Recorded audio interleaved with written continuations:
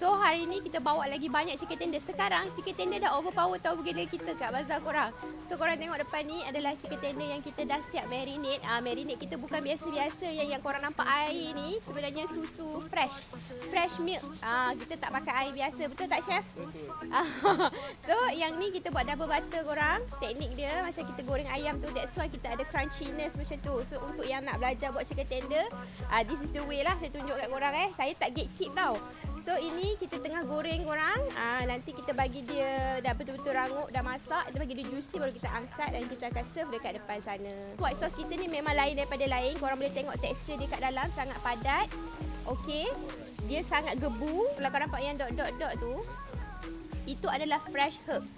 Fresh herbs ni kita beli dekat Jaya Grocer, tak ada jual dekat tempat lain. Jadi kita pakai yang fresh, kita chop and kita put inside, kita bagi fresh every day untuk customer food court. Dah pernah beli ke sebelum ni?